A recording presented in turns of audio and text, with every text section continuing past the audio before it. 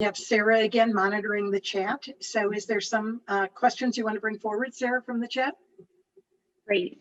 Yes, and certainly a great chat discussion around one particular topic. And so we know, over the past year, there have been a lot of changes to our documentation because of COVID. I'll summarize very briefly some comments in this context. So some saying it's scary for nursing leadership to remove items that have been in the EHR for a long time that may not be tied to a requirement, but added over the years, perhaps due to issues many years ago. But it takes a brave crew of CNOs willing to sign off on removing those items.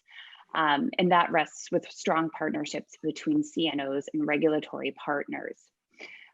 Hey there. Currently, we're on disaster documentation requirements for nurses due to COVID, and it has been more than adequate. Why can't this always be the standard process? How can we achieve this as a permanent solution? And I want to also just mention that later in the symposium, we will be sharing results of our survey that we sent out on what has changed at your organization due to COVID in terms of documentation requirements as a way that we can start to learn from this process.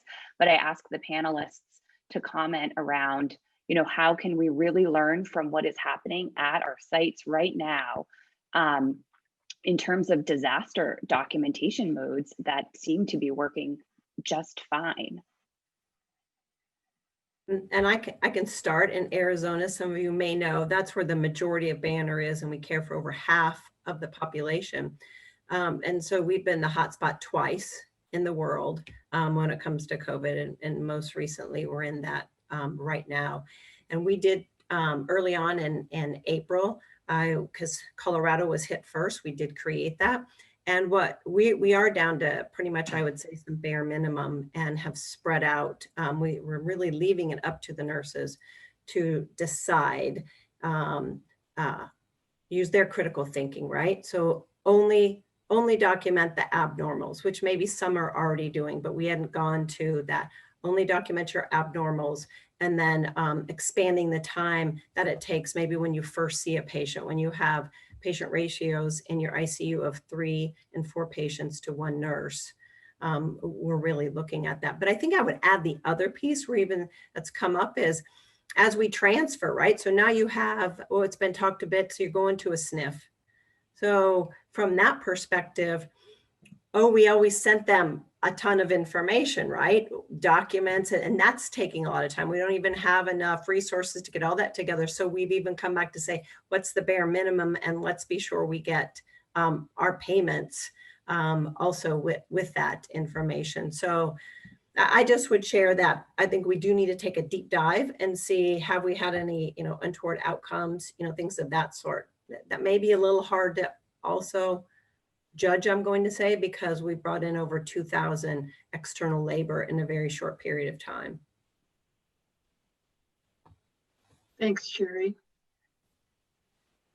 Kenrick or Sharon, anything? I would just echo what Sherry said. I think at this point in time, we all are assuming there's no untoward effects from our shortened documentation, and we certainly all hope and pray that is the outcome, but we do have to go back and do our due diligence and do our auditing and ensure that this is the road that we would want to go down in the future. All right, Sarah, next question. Great. So there was a question about the relationship between cognitive burden and situational awareness, and specifically asking, what strategies really do exist to lift up situational awareness of the care team and the patient in this context, and particularly when we talk about documentation burden. Did you want me to take that? I could Sure. start with it. Sure. I know I want to give Kendrick some opportunity too. I think what we found over the last couple of years since I've been at Banner, and this most recent, is it's really about the acknowledgement. We say documentation burden, right? We've created a council that I co-lead with a couple of our CNOs and have folks on them. And, you know, we really are being honest and talking about it. When I was just at one of our hospitals on Saturday, helping in the ICU, and, you know, I thought this is a great opportunity to talk to the ICU nurse that's sitting there in front of her. Wow. Right, her computer on wheels, as she's got 3 or 4, and the amount of time she was spending documenting or having others help with that. And that's where she brought up about the paper document again. She's probably been a nurse, I think she said about 30 years. It was so easy. You know, I could just, you know, check off, which kind of hurts some of our hearts in some ways, but it's where we got to listen, right? So you just sit back and listen to that. So we've started with acknowledging it, and then also ensuring that having conversation, bringing in the bedside nurse on what is it that they feel needs to be removed. And it's interesting because many of them don't want, well, no, we can't take that out because, you know, I might need that, right? Or you can't take this out. And I'm like, no, time out. We need to, you know, let's think about who's going to use this, and are you the right person to document it?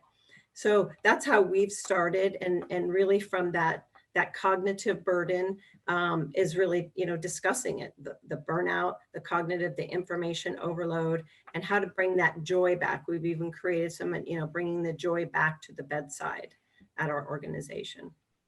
Yeah, and I'd also like to add that I think when you think of situational awareness, as Brent James aptly pointed out earlier in the session, that it's really a design issue, and we really think about human factors, that we should really think long and hard about how we can communicate pertinent information through strong human factors knowledge that we already have in our field about what all of the members of the clinical care team are thinking about the patient and what the patient trajectory has been across their lifespan and, you know, in different settings.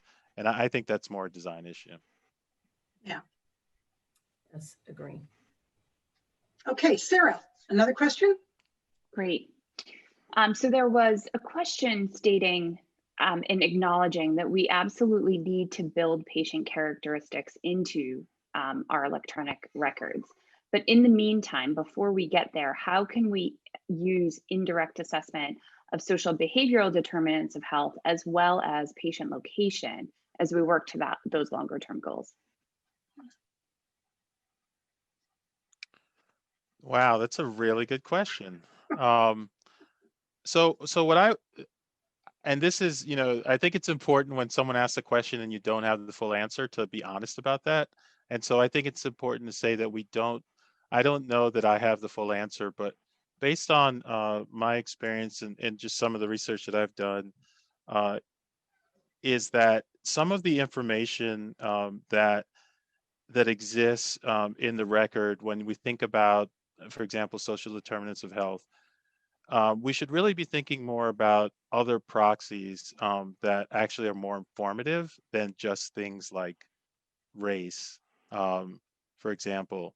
And so, you know, it really ends up being, I think folks need to pause and apply analytical methods to the information they have at the time to see what is actually, you know, what other information could be used. So I'll give an example. So for example, in an analysis that I've done looking at COVID, people who are coming into the emergency department for COVID and their risk for coming back, instead of looking at race, I've taken census data and looking at things like median income, population density, things that are actually more pertinent to that specific question. So I think that, you know, just that kind of approach can help.